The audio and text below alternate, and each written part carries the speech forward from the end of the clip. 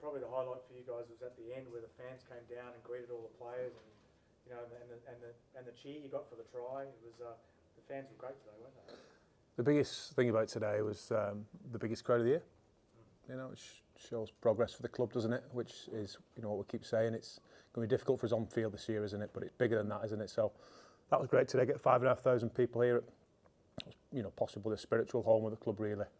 Fulham was the birth of the club, wasn't it? And there's so many great memories here. But it's just tough because you want to give them so much more than that. You know, they saw a world-class team play against us today, didn't they?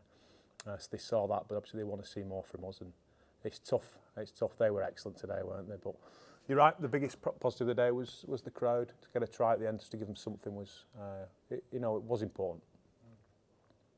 You seem to have built. I know you're the coach. You want to talk about on the field, but the club seems to have built some brand loyalty this year. You know, where you always worry that can a market support a team that isn't winning, because that's the bottom of it, isn't it? So if this many people come when you're not winning, then there's a lot to build on. You know, and you have built some sort of brand loyalty where people come for the event this year, really, haven't you? Yeah, I think, and as well, what can we do as a group of players? So you've got 4 million against 1 million in terms of spend, or X amount of internationals against whatever we've got. We've got what we got, but if we're really honest and we try as hard as we can, it gives something for people to get behind, doesn't it? And that's all we can control. And if they play as well as they did, and we make a few errors and they punish us like that, that's just the way it is. You know, and we go up to Wigan this week. It's the same.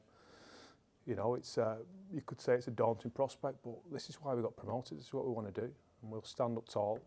We'll walk in there with our chest puffed out and our heads held high, and we'll give it everything we can. And I think people can relate to that. The people can see what we're going through, and that we'll never throw a towel in. And that, at the end, epitomises that. Just scoring at the end, just trying to score short kickoffs, anything. Don't give in.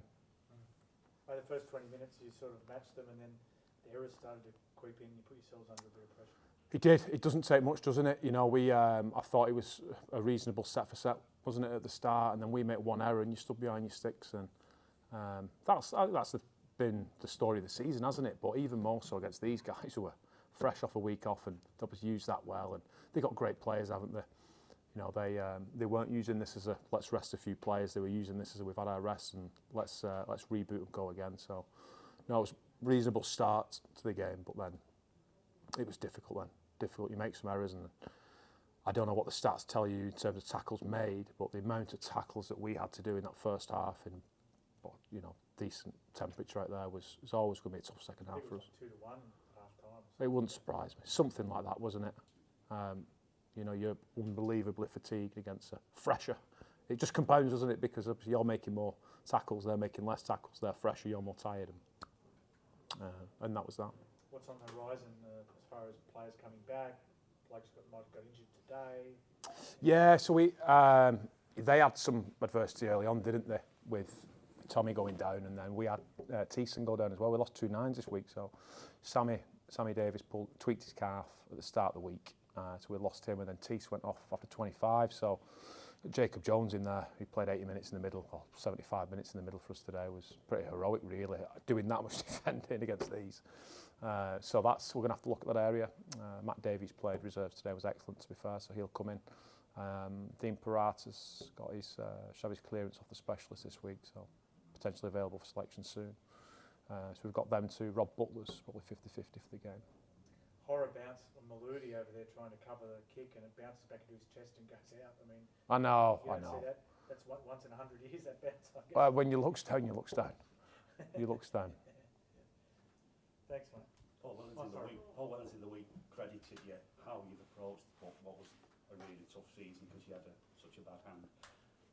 Will all those players emerge from this year stronger from this year? Absolutely. I know I will, and the staff it's tough. It's really tough, mate, but what can you do, other than just keep striving to be better and improving, and that's what we'll do tomorrow. Got a 5-day turnaround into Wigan, and we'll just jump straight in, mate. How do you get Ian back up? Because once the results start piling up against you, you still seem to have that spirit running through the camp. Put it into perspective. There's worse things going on in the world than playing a game of rugby league at Wigan Warriors. It's why we got promoted. I want to play at Wigan. I want this club to play at Wigan. I want them to host St Helens. It's our pleasure to welcome St Helens back to London and all these clubs. We're doing it tough and we're underpowered, but you know, you put things into perspective for a minute. You know, we're playing the game we love. You know, it's gone. There's nothing we can do about it. We just stand tall, we stick together. Is the plan to keep the nucleus of this team together next year and the year after, and just keep having a go to sort of create that? Yeah, it's always my plan to retain as many players as we can. When I first took over, in my time here, it's imperative for any club, any successful club, to keep and retain as many players as they can and let the team grow together in any sport. That's even harder for London because of the difficulties it faces, and there's a higher turnover in London, history will tell you, than probably anywhere else. So it's even more difficult than when you face what you face with this year. You know, let's be realistic about this. You know, like we're going to struggle to retain most of these players, because what the game's allowing us to do is, and what annoys me is when the agents say, well, it's great for the players though, isn't it, to try and get another gig somewhere else. I don't want that. So to answer your question, I want to keep as many players as I can. Realistically, the game is allowing us to showcase our talents to be picked off. So that's disappointing. But I'll do my very best to keep as many players together as I can, so we learn the lessons that we've learned from this year, and we go forward in whatever competition we're in next year stronger. And are you seeing evidence from this year that the club is rippling through in terms of players coming through from the outskirts, coming through to your academy, coming through to your reserves? Are you seeing this season having an impact on that? What, in terms of young? In terms of attracting younger players and more interest to this club. Yeah, well, actually, you know, the club's put the best Origin series on, or is currently putting the best Origin series on possible. So we've got rid of the elite academy, we've still got the reserves, and in terms of casting the net out, they're doing a 3-game Origin series this year with 8 training sessions north and south of the river. It's just magic. I mean, I went to the north the other day, and I've split the squad down and give us all, the staff, the players, an allegiance to a team to create a bit of in-house rivalry and to get the boys behind it. And we're really going to promote that well. And yeah, you know, you've got 40, 50 kids, both sides of the river, between 16 and 18 years old, you know, striving to play this Origin, which is where we'll take our players from. And we've always done the Origin, don't get me wrong, but we've had to kind of push even more resource and time into that this year and make that our big kind of pull, really, for in terms of how we get players into our reserves for next year.